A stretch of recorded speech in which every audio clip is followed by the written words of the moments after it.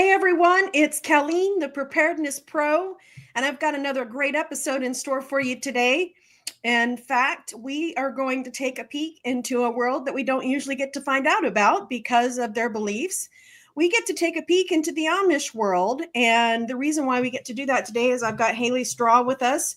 She has a very unusual occupation as an Amish taxi driver, and she's been doing it for several years now.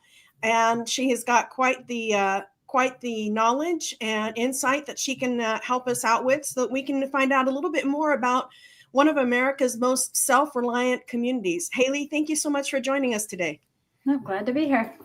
All right, well, let's go ahead and get started. Let's start out with one of your favorite stories that you've got to share in driving the Amish people around. Let's hear that. One of my favorite. Okay. There are so many. I just don't know. My favorite experiences driving the Amish are when there's an emergency, especially when there's a baby and I need to go fetch the midwife and I can be a part of that experience for them. Yeah, I bet that's got to be great. Yeah. Now, I understand that there's been quite a few mishaps, with being stopped by the police and hitting a deer and, things of that nature. So how did the Amish learn to find you in the first place? How do they find me? So the fastest way to get your phone number passed around is to give it to an Amish person, because they collect phone numbers. And if they see that you have a big van, which is how I got started driving, moved here from Portland to rural Missouri and had a big van because I have a big family, and they saw that and they liked it. So they wanted to find out who I was, and then they asked me to start driving.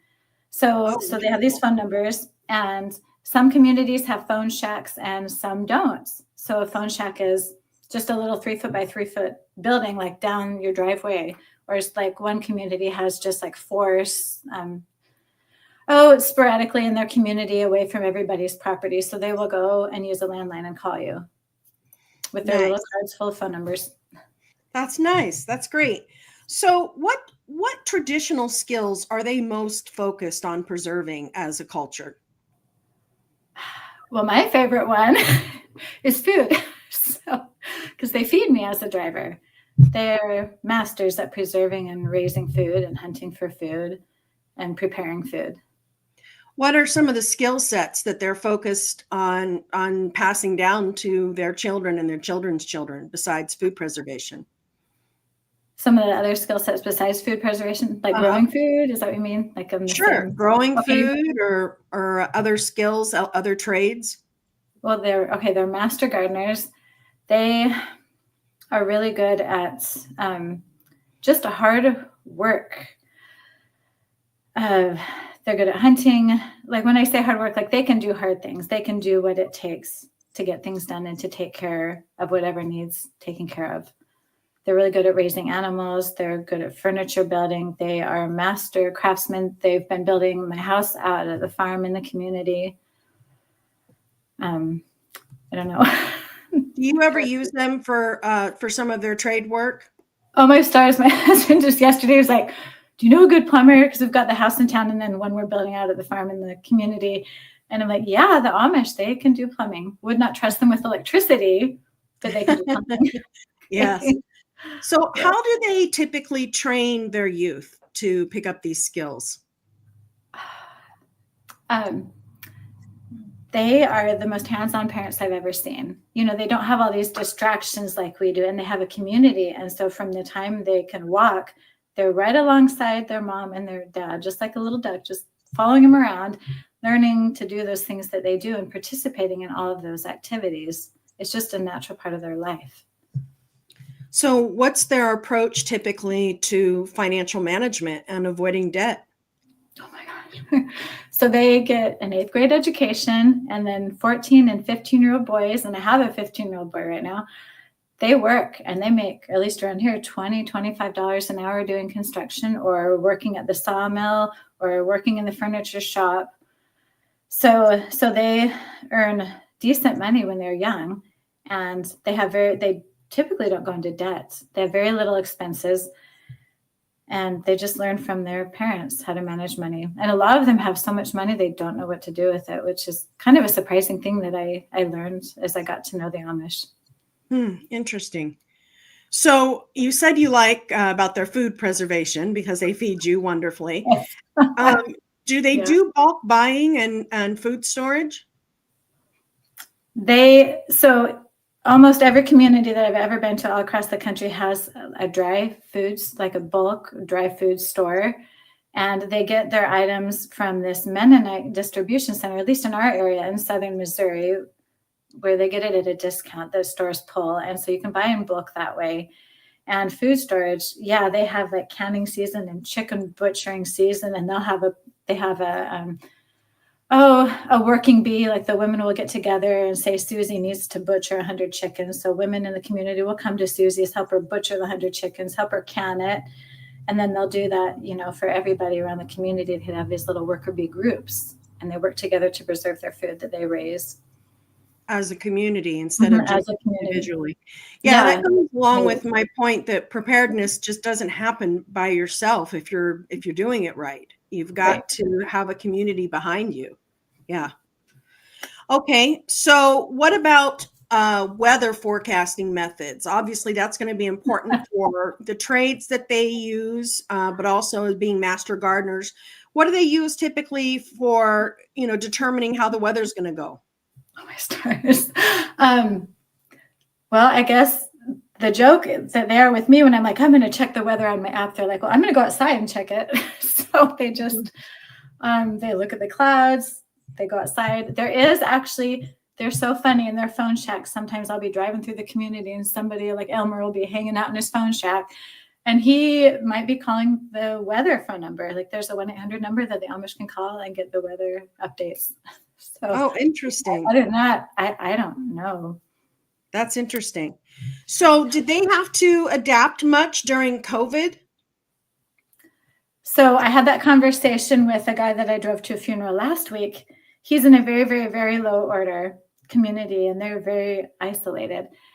And he's like, yeah, during that whole COVID thing, like we went to church, our schools were open, we did our work things, like life was normal for them. Mm-hmm. But he said that there was a bishop, a member of the bishop, or I'm sorry, a Baptist leader in the community, and he was complaining, like, how can the Amish get away with having church and having a school? The rest of us are shut down. And then in the community my farm is at, one of the ministers, he told me that the Department of Health actually came out to the community and said, you guys are going to have to shut down your schools, or you're going to have like a few students at a time and vary the days that you have. And there have been cases I had heard just in the driving circles where funerals were shut down, weddings were shut down, like the government would just come in and say, this is too much, you can't do this, stop it right now. So it just depends on the area they live in and how, I guess, how much the community wants to push things with the Amish. Typically they're left alone. So being constantly self-sufficient, having that be a way of life, to be completely self-reliant, raising your own food, preparing your own food. It's not like, they go out to McDonald's left and right. Do they have any type of strategy for disaster preparation? Okay, well, on the McDonald's comment, I do have contraband. I do have pictures of them at McDonald's. Yeah, they like their fast food. When they travel, they get all excited. I don't think I've never asked them that because they just live that lifestyle. And part of my strategic plan, because I've always been preparedness minded, was to buy a farm in the Amish community, because I know there's community and that we will take care of each other. So I don't think it's just everyday life, as far as I can tell. So how do they typically handle extreme weather events then? Do they go into action and board up windows, or what do they do for extreme weather events, 16 feet of snow, etc.? Well, in Wisconsin, I've driven up there dozens of times. I don't think they really I don't think they really do anything other than the normal. They just know how to handle it because, like I said, it's their lifestyle, and they plan for the dark, long, cold winter. Do they have backup systems for what they do? Do they have what systems? Backup systems? Like for what?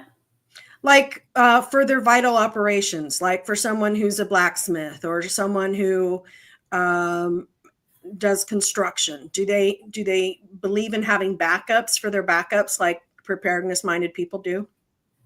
Um, okay, so like the blacks, I don't even know. Well, okay, I've got a buggy maker in my community. So he just uses wood and battery power tools, and then they use solar power to charge the batteries for their battery power tools. So that's a consistent thing. And I don't think there is any backup for that. What about security? How do they maintain security without modern technology? You mean like lock their doors kind of thing, or? Yep. I mean, do they rely on dogs? Do they, or do they just assume that nobody's going to come and commit a crime against their household or anything of that nature? Okay, so they do have dogs, yes, and they do have guns, and they do have really good ears, right? They don't have all the distractions we have all the time, so they've got that. And what was I going to say about the security? Obviously, they're nonviolent, so they don't believe in that kind of stuff. But they are so far away from like the interstate and away from the rest of society. They're not too worried about it. Although there was one instance in the community where my farm is, where there's this guy and he's like 6 feet 6 inches tall. He's huge for an Amish guy. And someone broke into his house in the middle of the night, and that scared him. And after that, he started locking his doors. But I guess I don't think those are things that they really think about so much, because not a lot happens in their communities. So, How do they maintain water supplies? so in the community where my farm is, they have rural water. A lot of them have wells, and some of them will have like these windmill looking things and a water pump. And then a lot of them catch rainwater. You'll see if you drive in the community I'm at, they've got these rainwater collection bins. Okay. That's great. The rain catchment systems. That's wonderful. Uh-huh. Yeah, they've got that. So what are they? There's some misconceptions. What are they allowed to use? So you say batteries, solar. What else are they allowed to use? Well, it depends on the community. So the community that wasn't really affected by COVID, they are not allowed to use solar or batteries or anything. They're super primitive. Like they don't even have running water into their house. They have a little pump, and they have their bathtub in the wash house, and they have to heat it up on the stove and fill it up and bathe once a week. So it just depends on which community you're in and how modern you're allowed to be in that community. What variations have you seen? Oh, my stars. I've seen everything. So I've seen like the community to the west of me where they have practically nothing. And then I was in Wisconsin and interacting with this one woman, and she wanted me to drive her somewhere. And she pulls out her smartphone and gets her GPS on. I'm like, what are you doing? You're Amish. Are you supposed to have that? She's like, yeah, in our community, we can have that. Like, okay, chickaboom. So you've got some more New Order Amish, like in Holmes County, Ohio, Shipshewana, Napanee area, Indiana, some of the bigger, more established areas. There will be modern Amish who will actually have electricity in their home, but it's all kind of solar powered. So you can pick your variety of Amish, really. Yeah. What's the most challenging part of navigating between the Amish and the English worlds? Because you're creating a farm amongst the community, correct? Right. Yeah. Yep. Creating a homestead out there. The hardest part is just learning their culture and being respectful of their culture and things that might offend them. Or like they're always in the summer, they're always telling me to put clothes on. Like I wear clothes, but not enough for them. Or, we have to be really careful with our media around them, because some Amish have actually gotten into trouble getting access to smartphones, and they've had to recover from that. But they're humans like the rest of us. So they've selectively adopted some smartphones, some solar, and some batteries in some communities. Any other modern tools or practices you can think of that they've selectively adopted? They use gas power tools, some of them. I guess that would be considered modern. Mm-hmm. Okay. So a guy named Albert, I ended up driving him out to Lancaster County. He needed counseling for weeks. So he ended up like staying out there, and he had called and asked me to drive him. And then his sons were helping him. Albert, he was very abusive, like to his family, and he was going to be put in jail if he didn't go to counseling. Okay, so that's an example of kind of the Amish, like, well, we'll take care of our own. You know, if he does this, then he doesn't have to be locked up. So I was interacting a lot with his sons, and he has one son that lives in Michigan. And this guy that lives in Michigan, he actually, his community, they are allowed to fly. I've never heard of Flying Amish before. And his business is an online direct marketing business, and he has a laptop. And I was baffled because I had never seen that. But he charges it with solar power, you know, has electricity at his home with solar power. It's all off the grid, but yeah, he still uses that technology. Interesting. So I thought so. How do they handle interactions with the government that are necessary? Right, that are necessary. They want to stay away from government as much as possible because they like to live their life the way they want to live it.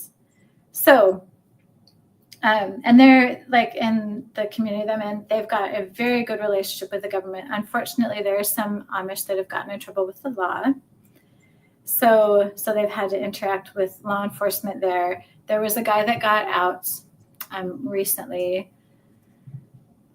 and he was on parole, but the law enforcement officers and the Amish elders met together, and they developed a plan for this man so that he could stay out of prison and be with his wife and children, as long as he kind of obeys what the Amish put in place for him, and the cops kind of check on it. But the Amish have a lot more freedom as far as that goes because they're such a supportive community, and they interact really well with the government and communicate really well with them. It's very impressive to me.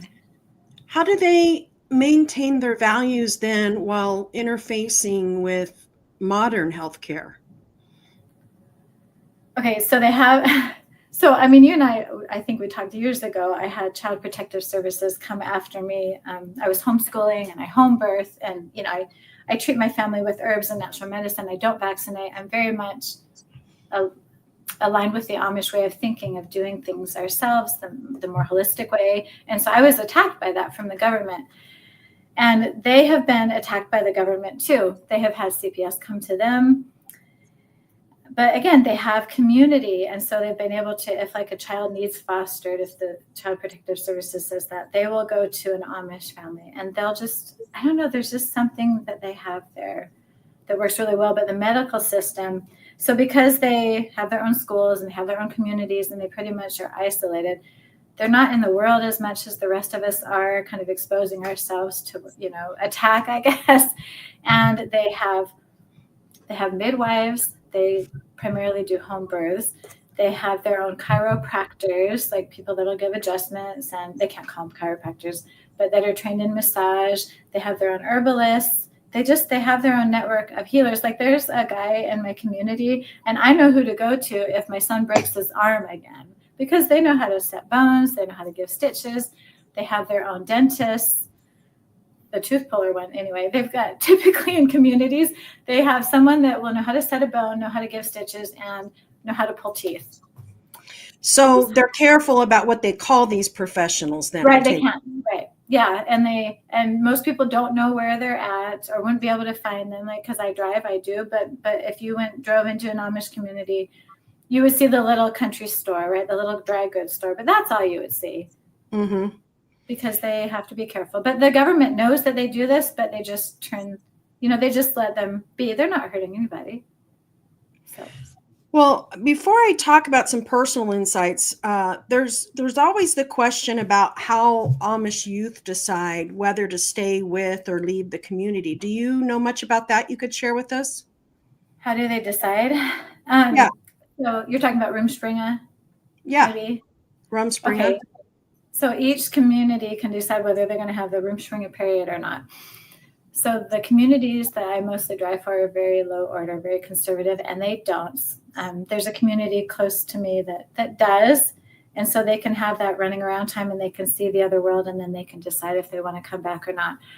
But so I have a friend, and I pick on her a lot. She knows I talk about her a lot, but she recently left the Amish. Actually, a year ago, she and her husband left the Amish. And actually, when he was Amish, I had hired him to do some work on my house in town. And so they had been exploring just God and trying to find their own path. And that is something that is frowned upon in the Amish community. And they started reading the Bible, and in some communities, they don't read the Bible, or they only read it in German. So you kind of look to your elders for what you believe, and you're not supposed to question very much, but they started questioning things, and they left. And I was talking to her, and she said the hardest thing about leaving was the fact that she lost everything, like her community, her family, her way of living. Her husband was in construction. He couldn't do construction as an Amish guy anymore. He had to find another way to provide for his family. Their children lost the school. They lost everything. And so there's a really hard pull to stay, because if you leave, you lose everything. But I know a lot of Amish, because I talk to them all the time, but they question things, but they stay because they don't want to lose all that.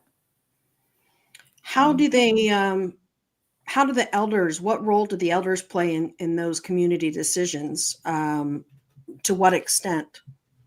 The decisions of how the community is going to run and what standards the community has, or whether people leave or not? The community standards and what they're going to believe and what they're going to abide by. How do these elders come into their roles? Okay, so by straws. So they have two kind of unique church meetings every year, every 6 months, where they have their communion. And during that meeting, it's usually around Easter and around like the fall or Christmas time. During that meeting, if there are new elders or new bishops, like the community where I'm at, people keep moving in. So they're going to need more bishops. Each church district has about 20 to 40 families. So you get that many, then you need a new bishop and you start a new church district. But how they do it is they vote. So they have a little jar, and I think the women can do this too in most communities. The men and women grown up who are baptized put a name in the jar of who they would like to see, like as the new minister or the new bishop or the new deacon. And then whoever, like the top 5, we'll just say, picks, then they're on a list. And then so then you've got these 5 people that are contending for bishop or for elder. None of them want it, okay? But then they take a Bible and they put a piece of paper in one of the Bibles, and they mix up the Bibles and they hand the Bibles to each of the 5 contenders. And whoever gets that piece of paper is the new bishop or elder. That's how they decide. So does that make sense? Yeah, that's really interesting. Okay. And they feel like that's how God calls. So what influence do they have? So they each have their code of conduct that each community has that they live by, and the elders meet together and they decide, are these codes of conduct good? Do we want to change them? And then they have those discussions with the members of the community, and they don't physically sign it, but why can't I even remember the name of the code they live by? It's so silly. Anyway, and then they review that every 6 months and they have discussions about it. So in my community, I remember it was winter, and you've got these construction workers and they're wearing their straw hats and they're not allowed stocking caps. And then like the next winter, I'm like, wait a minute, they're wearing stocking caps. So yeah, they added it into their, I'm going to remember the name when we're done. They added it into their code of conduct so they can change the rules. What surprised you most about Amish family dynamics? They're human. I mean, so I grew up in Portland, Oregon, didn't know anything about the Amish. And in our society, they are romanticized, right? And they're set up on this pedestal. And then I go and I start meeting the Amish and I start driving them, and I learned that their families have the same struggles we do. Their kids misbehave, they have addictions, they want to do things that they shouldn't be doing. They do things that they shouldn't be doing. They've got rebellious. In fact, it was, there have been instances in my community where some of the youth have snuck smartphones, and some of the dads have found it and took a hammer to the smartphones. they're human just like us, and their kids misbehave just like ours. And that really surprised me. I thought that because they seem to aspire to a higher standard than a lot of us, that they actually met that standard.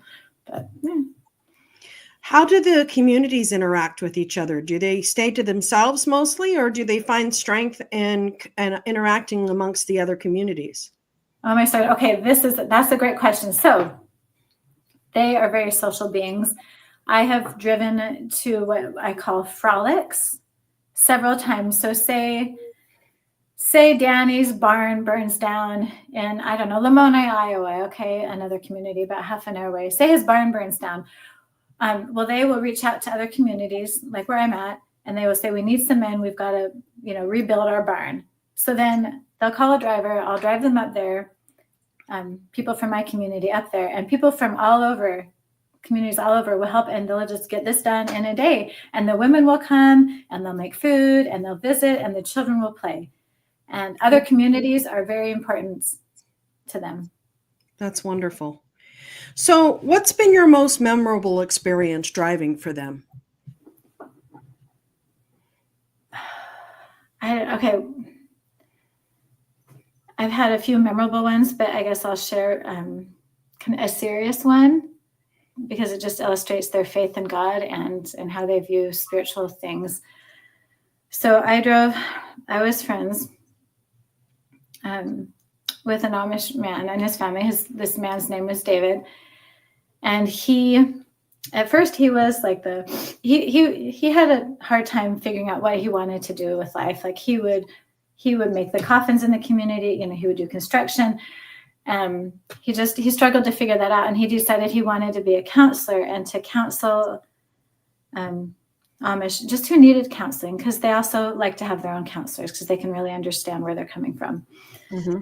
So he wanted to be a counselor. So he asked me to take him, and there were two big van loads we took down to Arkansas to go to a conference where they would kind of learn how to be counselors. And we had some extra time. David is very adventurous. Actually, so is his son, who has since left the Amish. Anyway, they decided they wanted to go whitewater rafting. Actually, David did want to go fishing, but they went whitewater rafting. So we went to this rafting outlet. It was the Marion River, and the Amish don't know a lot of things about a lot of things. They don't get out in the world a whole lot, and they had never been whitewater rafting before, and there was no guide, and so they got in these rafts. I went and just took David's wife up the mountain just to do some hiking, and a few of David's grandchildren and his daughter. We were up there while they were whitewater rafting, and then we got a call. Sorry, and both of the rafts had capsized. Several of the Amish were injured, and David, who was a rebel, he did not zip up his life jacket. He bumped his head and he drowned. And I had to tell his wife that. Sorry. And his daughter and the grandchildren. And the Amish, typically they don't hug. They're not physically affectionate, but I had to tell his wife that. They have 10 kids together. They'd been married probably 25 years. And so I sat with her and I held her and we cried together. But the first thing that she asked me, she's like, do you think David made it to heaven? Do you think he's going to be okay on the other side? Of course he is. They're deeply spiritual people. They really want to do right and want to be right with God. And that just impressed me a great deal. And I always remember that. What wisdom from them has influenced your own life? Oh, my stars. Can I cheat? So I collect Amish proverbs, and in the books that I write, I always have Amish proverbs like in each chapter because they have so much wisdom. I was on a podcast recently about the topic of empathy, and one of the proverbs that kind of went with that was instead of putting others in their place, put yourself in their place. And the Amish are so good at that. they reach out. I mean, I don't know if you saw with the hurricane that recently hit North Carolina.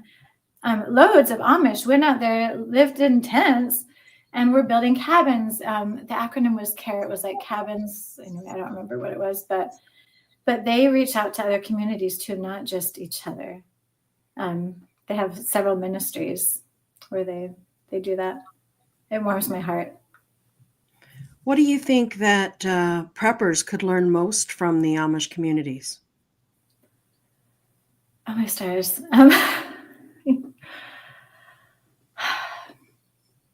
I guess there's so many things. Definitely community, definitely forgiveness, not judging, hard work, like do hard things. There's a book called Do Hard Things. I tried to get my kids to read it. They didn't want to. Mm-hmm. But at least from what I've seen, from how the Amish live and from what I've experienced, because I've been accused of doing everything the hard way, is that it's those hard things, it's those things that challenge us, those things that are closest to nature and God that bring the most joy and that are the most meaningful and the most lasting, and that do set us up for going through hard times. Well, that's great. Where can people find your books, Haley? Oh, Amazon. So look for books by Haley Straw, and she writes of her escapades with the Amish. Haley, thanks for giving us a little bit of insight into the world of the Amish. I really appreciate it. Is there anything that surprised you most about working with the Amish? Okay. They are hilarious. They love to laugh and to be happy. Like you look at them, right, and you think, oh, depressing, right? But they're such happy, joyful people who really enjoy life. That's wonderful. So I have one last question that I ask all my guests, and it's kind of a gotcha question. I didn't give you any heads up about it. If you could influence preppers on one bit of wisdom, what would that wisdom be?